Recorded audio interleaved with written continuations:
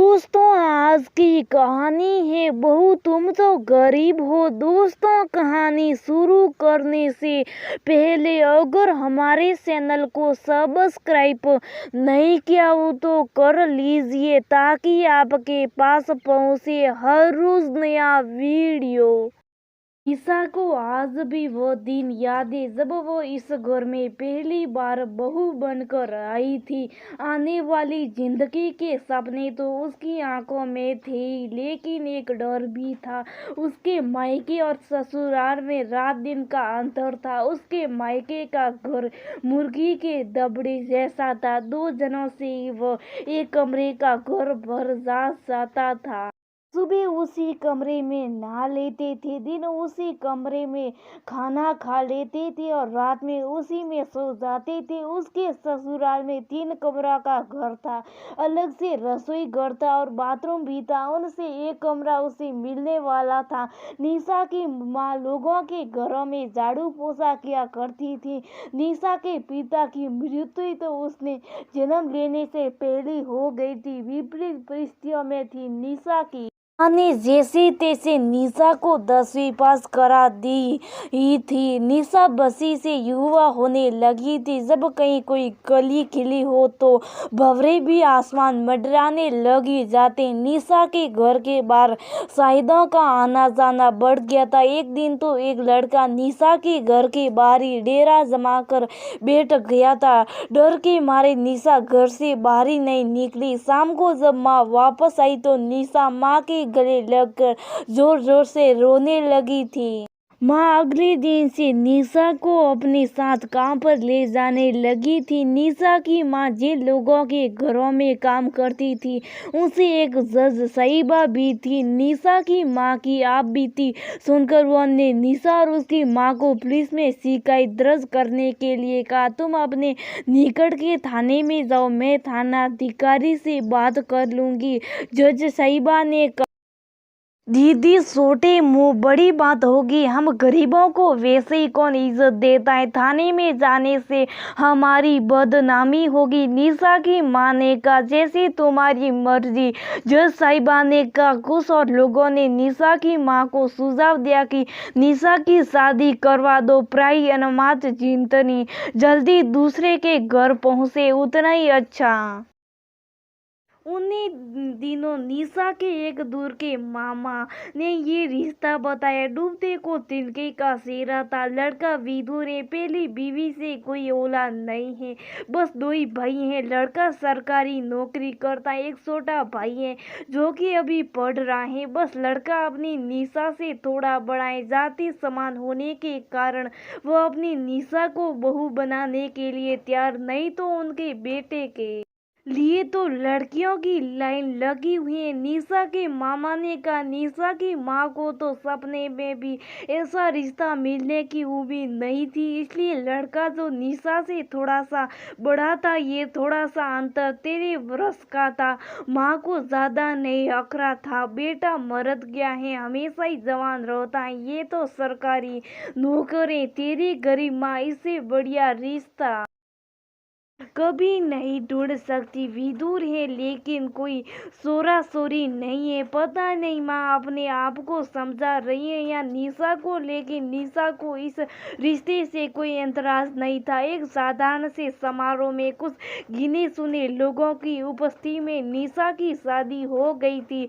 जज साहिबा जरूर निशा की तरफ से शादी में आई थी। कुछ मिनट रुककर वह चली गई थी।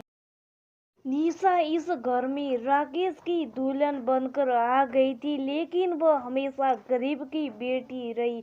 उसे बार बार ये एहसास दिलवा दिया जाता था कि उसकी माँ लोगों के घर में झाड़ू पोछा करती है। ससुराल में किसी दिन खाने के लिए कुछ अच्छा बना तो कहा जाता है कि निशा शर्मा मत, अच्छे से खा ले, आज से पहले तुझे ये सब खाने को कहाँ मिलता होगा। कोई भी नई साड़ी या सूट आता तो कहा जाता कि इसको तो पसंद आ ही जाएगा। आज से पहले तो दूसरों के उतरे हुए कपड़े ही पहनती थी। कहीं पर भी जाना होता तो कहा जाता कि अच्छे से तैयार हो, तेरी बस्ती में तो कुछ भी चल जाता होगा, या अच्छे से रहो, हम लोगों की कुछ इज्जत है, इसके घर से क्या आएगा, इसकी माँ खुद का पेट भर ले। वही बहुत है, हम तो कन्या कलश लेकर आए, बस अपने तो सोचा था कि एक गरीब लड़की की जिंदगी संवर जाएगी। धर्म का धर्म और कर्म का कर्म। निशा की सास अक्सर यही बातें कहती रहती।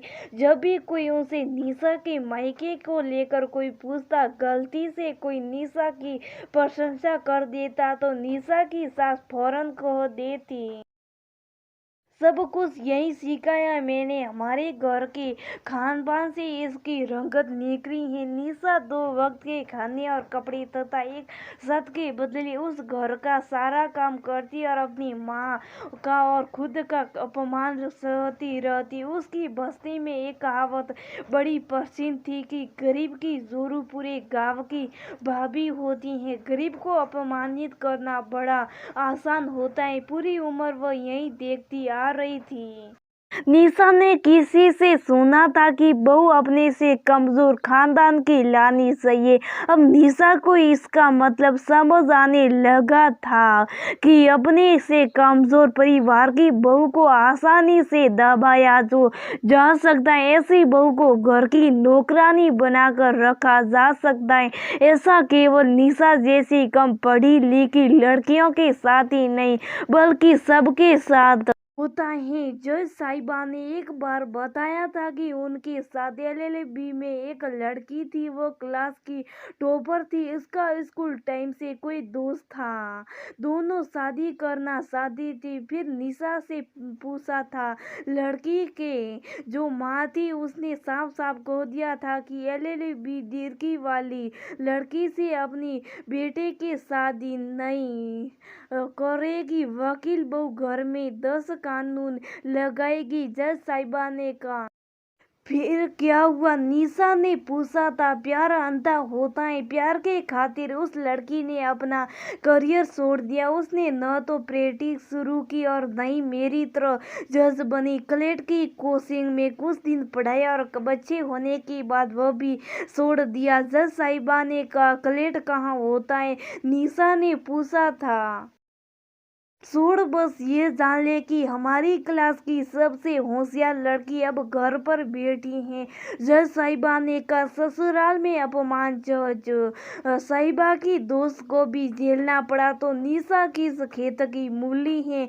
निशा अपमान के कड़वे घूंट पीकर ससुराल में रह रही थी, क्योंकि स्त्री के पास और कोई विकल्प नहीं होता और ससुराल में शुभ सब सहना यही तो संस्कार हैं। सब कुछ ऐसा ही चलता रहता अगर राकेश की एक दुर्घटना में मौत होने की खबर नहीं आती होती। राकेश की मृत्यु के 15 दिन बाद निशा के ससुराल वालों ने निशा को उसकी मां के घर शो खोलने भेज दिया। जो निशा एक बार गई 1 महीना हो गया, लेकिन ससुराल से कोई बुलावा नहीं आया। उधर मायके में निशा एक दिन शक्कर खाकर गिर पड़ी। माँ उसे पास ही एक के सरकारी अस्पताल में दिखाने लेकर गई। वहाँ डॉक्टर ने निशा का चेकअप किया और बताया कि निशा माँ बनने वाली है। अगर पहले जैसा वक्त होता तो निशा और उसकी माँ खुशी से झूम उठते, लेकिन अब दोनों को समझ ही नहीं आ रहा था कि क्या करे। एक दूसरे का हाथ थामे दोनों अपने घर आ गए थे। रात को खाना खाने के बाद निशा और उसकी माँ गंदे फर्श पर डालकर लेट गए थे। निशा, तुझे ससुराल जाना होगा, उनके बुलावे का अब इंतजार नहीं कर सकती। तेरा होने वाला बच्चा उस घर का वारिस है। माँ ने कहा, माँ ये बच्चा मैं कैसे पालूंगी? निशा रोने लग गई थी। रो मत, हर बच्चा अपना भाग्य लेकर आता है। गोली हम तेरे ससुराल चलेंगे। माँ ने निशा की पीठ सहलाते हुए कहा।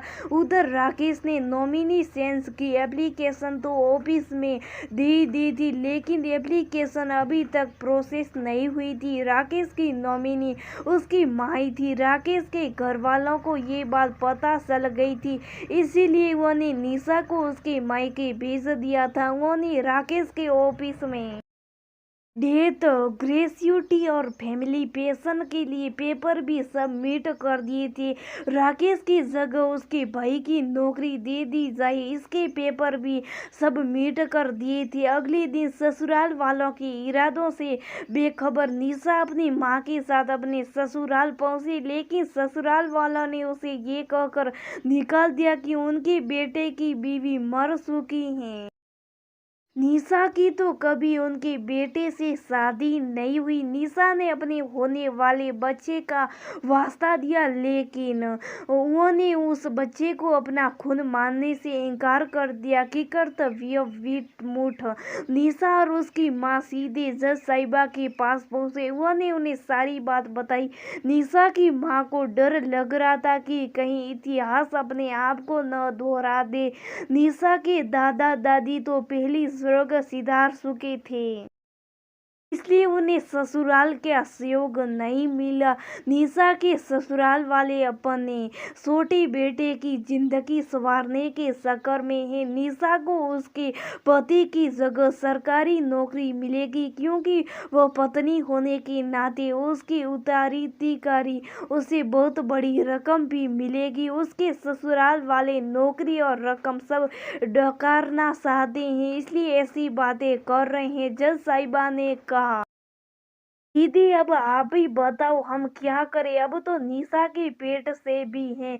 निशा की माँ ने पूछा। सबसे पहले निशा के पति के ऑफिस में हम एक एप्लीकेशन लगाएंगे कि निशा उसकी कानूनन अपराधी का मैरिज सर्टिफिकेट देना होगा। जज साहिबा ने कहा, सर्टिफिकेट तो कोई नहीं है हमारे पास। निशा ने कहा, तुमने अपनी मैरिज रजिस्ट्रेड नहीं करवाई, मैरिज सर्टिफिकेट बहुत ज़रूरी होता है। जय साहिबा ने कहा, दीदी अब ये कानूनी दाव पेश हम तो जानते नहीं। निशा की माँ ने कहा, अरे ये कानूनी दाव पेश नहीं है, ये तो बेसिक बातें। निशा तुम तो पढ़ी लिखी हो, तुमने भी ध्यान नहीं दिया। जज साहिबा ने कहा, नहीं दीदी। निशा ने कहा, राकेश ने तुमसे कभी को नामोनी आदि की बात की थी कभी? जय साहिबा ने पूछा, नहीं दीदी, वो क्या होता है? निशा ने अनभिज्ञता जाहिर की। शादी के बाद पति की संपत्ति, पैसा आदि पर पत्नी का अधिकार होता है। इसे कागज पत्रों पर लिख देना और सरकार के पास भेज देना। जज साहिबा ने उन्हीं की भाषा में समझाने की कोशिश की। अरे दीदी, हमें तो ये पता ही नहीं था। निशा और उसकी माँ ने कहा, तुम्हें क्या, बहुत सारी पढ़ी लिखी लड़कियों को पता नहीं होता। शादी के बाद पति को याद दिलाकर ये सब औपचारिकताएं पूरी करवा लेनी चाहिए। शादी के समय लड़कियों को और बातें समझाने के साथ यह भी समझना चाहिए। जब साहिबा ने कहा, तो दीदी अब क्या होगा? हम तो पढ़े लिखे भी नहीं है, लिखा पढ़ी भी इसको करनी आती है क्या? हमारी निशा और उसके होने वाले बच्चे को कुछ नहीं मिलेगा। निशा की माँ ने कहा, नहीं नहीं, तुम चिंता मत करो। जब साहिदा ने कहा, चिंता कैसे न करे, हमें डर लग रहा है कि हम अपनी बेटी को कहीं अपने खुद की किस्मती विरासत में न सौंप दें। निशा की माँ ने कहा, ऐसा मत सोचो, हर समस्या का समाधान होता है। कोई बात नहीं, निशा की शादी की फोटो से हम साबित कर सकते हैं कि वह राकेश की कानूनन पत्नी है। कुछ गवाह तो मिल ही जाएगी। मैं पुलिस से बात कर लेती, तुम ससुराल जाकर ही रहो। घरेलू हत्या अभियंता तुम्हारी सहायता करेगा। जज साहिबा ने कहा। साहिबा की सलाह के अनुसार निशा अपनी मां के साथ अपने पति राकेश के ऑफिस पहुंची। वह ऑफिसर से बात की और उन्हें शादी के फोटोज दिखाए। आप सही समय पर आई हैं। आज ही हम राकेश की मां को ग्रेजुएसिटी का चेक देने वाले थे, अधिकारी ने कहा। जज साहिबा के फोन का कमाल था कि अधिकारी उन्हें बहुत सेव कर रहे थे। अधिकारी ने राकेश की फाइल और सर्विस बुक मंगवा कर देखी। उसमें निशा को नॉमिनी बनाए जाने की एप्लीकेशन भी थी। अधिकारी ने अपने माता को बुलाकर कहा कि नॉमिनी एप्लीकेशन पर तुरंत कार्यवाही कीजिए। आप अपने सारे पेपर सबमिट कर दीजिए। आपका दावा सबसे मजबूत है। आपके ससुराल वालों ने भी कागज सबमिट कर रखे हैं, इसलिए थोड़ा वक्त लग सकता है। अधिकारी ने निशा से कहा, शुक्रिया सर, वक्त भले लग जाए लेकिन मेरा अधिकार मुझे मिलना चाहिए। निशा ने कहा, अगर आप पहले आ जाती तो इतनी समस्याएं उत्पन्न नहीं होती, लेकिन देर से ही सही, दुरुस्त तो आए, ऑफिसर ने कहा। निशा और उसकी मां को एक बार फिर कम पढ़े लिखे होने का अफसोस हो रहा था। कागज पर उकेरी हुई आड़ी तिरछी रेखाएं कितनी ताकतवर होती, ये किसी की जिंदगी बना भी सकती है और बिगाड़ भी सकती। पुलिस की मदद से निशा अपने ससुराल में रहने आ गई थी। आज किसी ने उसे बात नहीं की। अपना खाना पीना सब अपनी कमरे में करना सासू माँ ने कह दिया था। अपने दावे को मजबूत करने के लिए निशा ने कभी कभी अपने ससुराल आकर रहने का निश्चय किया था। निशा ने अपने पति के ऑफिस में एप्लीकेशन लगाई दी थी। पति के ऑफिस वालों ने कार्रवाई शुरू कर दी थी। ससुराल वाले कहाँ चुप बैठने वाले थे, वो कोर्ट में चले गए थे। लेकिन निशा का पक्ष मजबूत था। कुछ महीनों के बाद निशा के दावे को मान लिया गया था। उसे पति की पेंशन मिली और अनुकंपा नियुक्ति के लिए भी उसे योग्य मान लिया गया था। इसी बीच निशा एक बेटे की मां बन गई थी और कागज के महत्व को समझते हुए निशा ने अपने बेटे का जन्म प्रमाण पत्र भी बनवा लिया था। नौकरी लगती गरीब की बेटी निशा अपना ससुराल छोड़कर अपने बेटे को लेकर नौकरी वाले शहर चली गई।